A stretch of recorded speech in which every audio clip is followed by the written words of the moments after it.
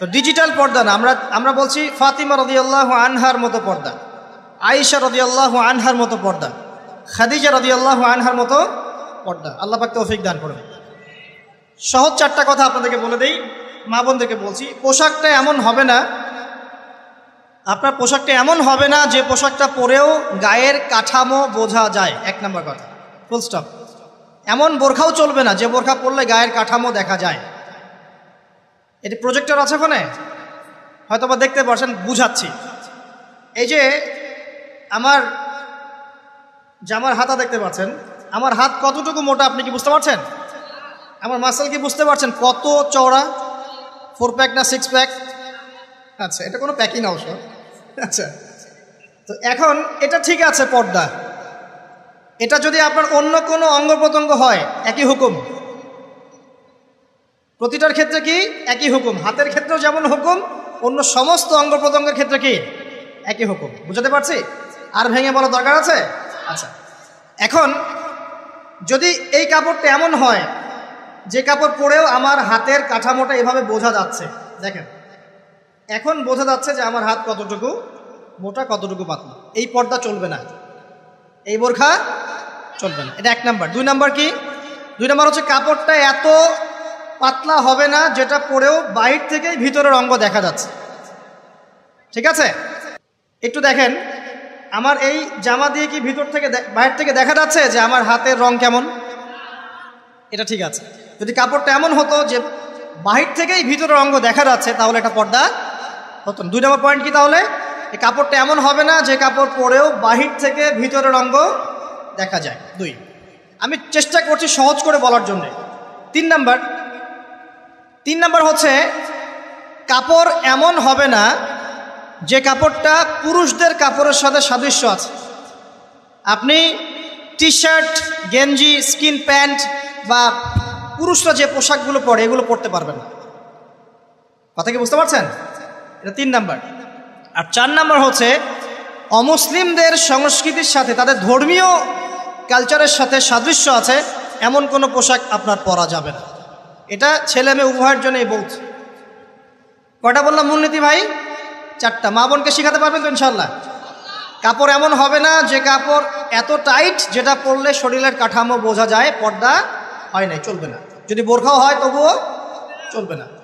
2, এত পাতলা হবে না যে বাহির থেকে ভিতরের অঙ্গ দেখা যায়, চলবে না। 3 নাম্বার, পুরুষদের পোশাকের সাথে সাদৃশ্য আছে এমন পোশাক পরা যাবে না। যদিও বা শেষ জামানায় এই শ্রেণীর মেয়েদের সংখ্যা বাড়বে যারা পুরুষের পোশাক পরে রাস্তায় ঘুরবে। আর 4 নাম্বার হচ্ছে অমুসলিমদের ধর্মীয় কালচারের সাথে সাদৃশ্য আছে এমন কোনো পোশাক পরা যাবে না। 3 নাম্বারটার ক্ষেত্রে একটা কথা বলে দেই যে নবী সাল্লাল্লাহু আলাইহি ওয়াসাল্লাম বলেছেন শেষ জামানায় এক শ্রেণীর মেয়ে বের হবে।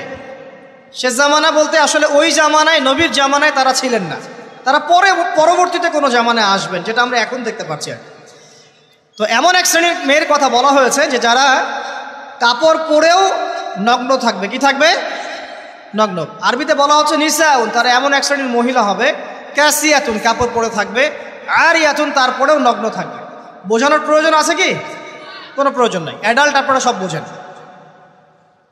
মুমিলাতুন মাইলাতুন, অর্থাৎ নিজেরাও অন্যকে আকৃষ্ট করবে, নিজেরাও অন্যকে আকৃষ্ট করবে এবং অন্যের প্রতি আকৃষ্ট হবে, দুটোই হবে। নিজেরাও আকৃষ্ট হবে, অন্যকেও কি করবে? আকৃষ্ট করবে। ওই যে সিডিউস, নিজেরাও সিডিউস হবে, অন্যকেও সিডিউস করবে। এই শব্দটা 1400 বছর আগে নবী সাল্লাল্লাহু আলাইহি ওয়াসাল্লাম হাদিসে বলে গিয়েছেন যে এমন এক শ্রেণীর মেয়ে বের হবে যাদেরকে আমি দেখি নাই, আমার যুগে তারা ছিল না, পরবর্তী কোনো যুগে আসবে। এদের ব্যাপারে নবী সাল্লাল্লাহু আলাইহি ওয়াসাল্লাম বলছেন যে তারা জান্নাতে যাবেও না, জান্নাতের গন্ধও কখনো পাবে না। আল্লাহ পাক কোরআনে বলেছেন একটা সূরায়, যদি আল্লাহ রাব্বুল আলামিন রাতকে স্থবির করে দেন, কেউ কি আছে দিন নিয়ে আসবে? আবার বলেছেন আল্লাহ পাক যদি দিনকে স্থবির করে দেন, স্থির করে দেন, কোনো সত্তা কি আছে রাত এনে দিবে? তাহলে আল্লাহ পাক চাইলে একদিনকে 1 বছর করতে পারেন না? একদিনকে 1 মাস করতে পারেন না? একদিনকে 1 সপ্তাহ করতে পারেন কি না? বাকি দিনগুলো আমাদের মতোই। সাহাবীরা বলছেন ইয়া রাসূলুল্লাহ সাল্লাল্লাহু আলাইহি ওয়াসাল্লাম, নবীর নাম আসলে কি পড়বেন? সাল্লাল্লাহু আলাইহি ওয়াসাল্লাম, তাহলে 10 নাকি পাবেন? 10টা গুনাহ মাফ হবে, আল্লাহ পাক আপনার প্রতি 10 বার রহম করবেন ইনশাআল্লাহ। আর যে ব্যক্তি নবীর নাম শুনে দরুদ পড়ে না, নবী সাল্লাল্লাহু আলাইহি ওয়াসাল্লাম তাকে বদদুয়া করেছেন। কি করেছেন? বদদুয়া করেছেন। একদিন নবীজি সাল্লাল্লাহু আলাইহি ওয়াসাল্লাম মিম্বরের উপর দাঁড়িয়ে আছেন, তৃতীয় সিঁড়িতে গিয়ে তিনি বললেন আমিন। সাহাবীরা বললেন, আপনি কেন আমিন বললেন ইয়া রাসূলুল্লাহ? তখন নবীজি বললেন, তৃতীয় সিঁড়িতে আমি যখন ছিলাম তখন জিবরাইল আলাইহিস সালাম এসে আমাকে বলেছেন, হে মুহাম্মদ, সেই ব্যক্তি ধ্বংস হোক যার সামনে আপনার নাম উচ্চারিত হয়েছে কিন্তু সে আপনার নাম শুনেও দরুদ পড়ে নাই। তাহলে আমরা রাসূলুল্লাহ সাল্লাল্লাহু আলাইহি ওয়াসাল্লামের নাম শুনে দরুদ পড়বো কিনা? না পড়লে কি হবে? না পড়লে রাসূল সাল্লাল্লাহু আলাইহি ওয়াসাল্লামের বদদুয়া পেতে হবে। আচ্ছা, একটা প্রশ্ন এখানে থ্রো করে সামনে যাই, যে যদি রাসূল সাল্লাল্লাহু আলাইহি ওয়াসাল্লামের নাম শুনে দরুদ না পড়লেই এই শাস্তি হয়, অভিশাপ পেতে হয়, তাহলে আমরা যারা সারা জীবন রাসূলের সুন্নতের খেলাফ চললাম তাদের কি হবে বলেন? শুধু রাসূলের নাম শুনে যদি কেউ দরুদ না পড়ে তাহলেই রাসূল সাল্লাল্লাহু আলাইহি ওয়াসাল্লাম বলছেন সে ধ্বংস হোক। তাহলে যে ব্যক্তি সারা জীবন, আমরা এখন দাড়ি রাখতে পারলাম না, সুন্নতি লেবাস চিনলাম না, টাকটুর উপরে কাপড় উঠাতে পারলাম না, আমরা রাসূলের মতো সুন্নত পদ্ধতিতে নামাজ পড়তে পারলাম না, কোরআন তেলাওয়াত করা শিখলাম না, তাসবিহ তাহলিল করতে পারলাম না, পর্দা করলাম না, রাসূলের আদর্শ নিজের ভিতরে ধারণ করলাম না, পরিবারে রাসূলের আদর্শ প্রতিষ্ঠা করলাম না, সমাজে প্রতিষ্ঠার কোনো চেষ্টা করলাম না, রাষ্ট্রে প্রতিষ্ঠার কোনো চেষ্টা করলাম না, আমাদের কি হবে? এটা বোঝার জন্য কি পিএইচডি ডিগ্রি করার দরকার আছে? বুঝতে পারছি না কি হবে। যেমন একটা আয়াত আছে কোরআনে, সূরা বাকারার 279 থেকে 84 পর্যন্ত দেখবেন। একটা আয়াতে আল্লাহ পাক বলছেন, ইয়া আইয়ুহাল্লাযীনা আমানু, হে মুমিনগণ। মুমিন কারা? আমরা তো মুমিন নাকি? মুমিন কারা? কি আমরা মুমিন না? কনফিউশন আছে? মুমিন কারা? যারা 6টা পিলারে বিশ্বাস করে। কয়টা পিলার? 1 নম্বর আল্লাহ বিশ্বাস করে না দেখেই। 2 নম্বর আল্লাহ পাকের ফেরেশতা মণ্ডলীর প্রতি বিশ্বাস করে না দেখেই। 3 নম্বর আল্লাহ পাকের সমস্ত আসমানি কিতাবে বিশ্বাস করে না দেখেই। 4 নম্বর আল্লাহ পাকের প্রেরিত রাসূলগণের প্রতি বিশ্বাস করে না দেখেই। আমরা কি নবীজিকে দেখেছি? দেখি নাই। সাহাবীরা দেখেছেন। যে ব্যক্তি পরকালে বিশ্বাস করে না দেখেই, এবং তাকদীর বা ভাগ্যের ভালো মন্দে বিশ্বাস করে না দেখেই। এই 6টা পিলারে যে ব্যক্তি মনে বিশ্বাস করে, মুখে স্বীকৃতি দেয় এবং কাজেও বাস্তবায়ন করে তাকে বলা হয় মুমিন। শুধু মুখে বলে, কাজের কোনো ফিকির নাই, মুমিন বলা যাবে? নামাজ পড়তে হয় জানে, এতটুকুই, নামাজ জীবনে পড়ার তৌফিক হলো না, পড়লো না, তাকে কি আপনি মুমিন বলবেন?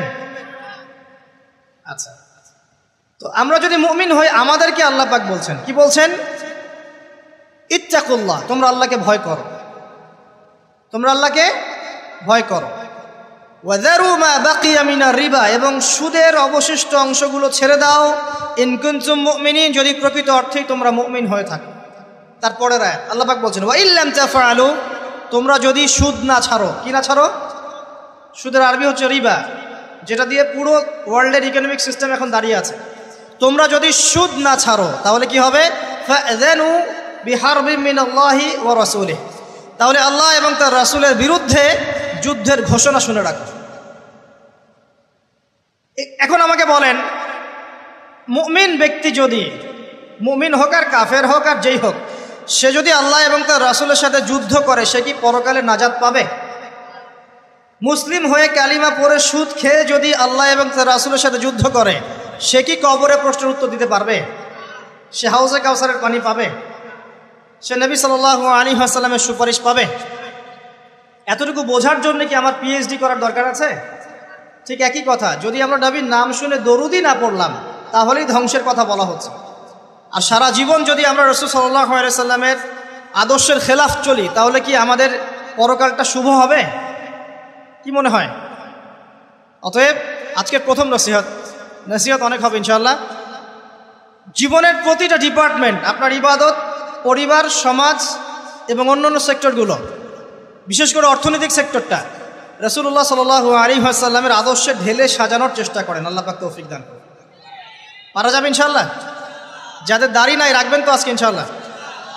টাকনুর উপরে কাপড় উঠবে ইনশাআল্লাহ?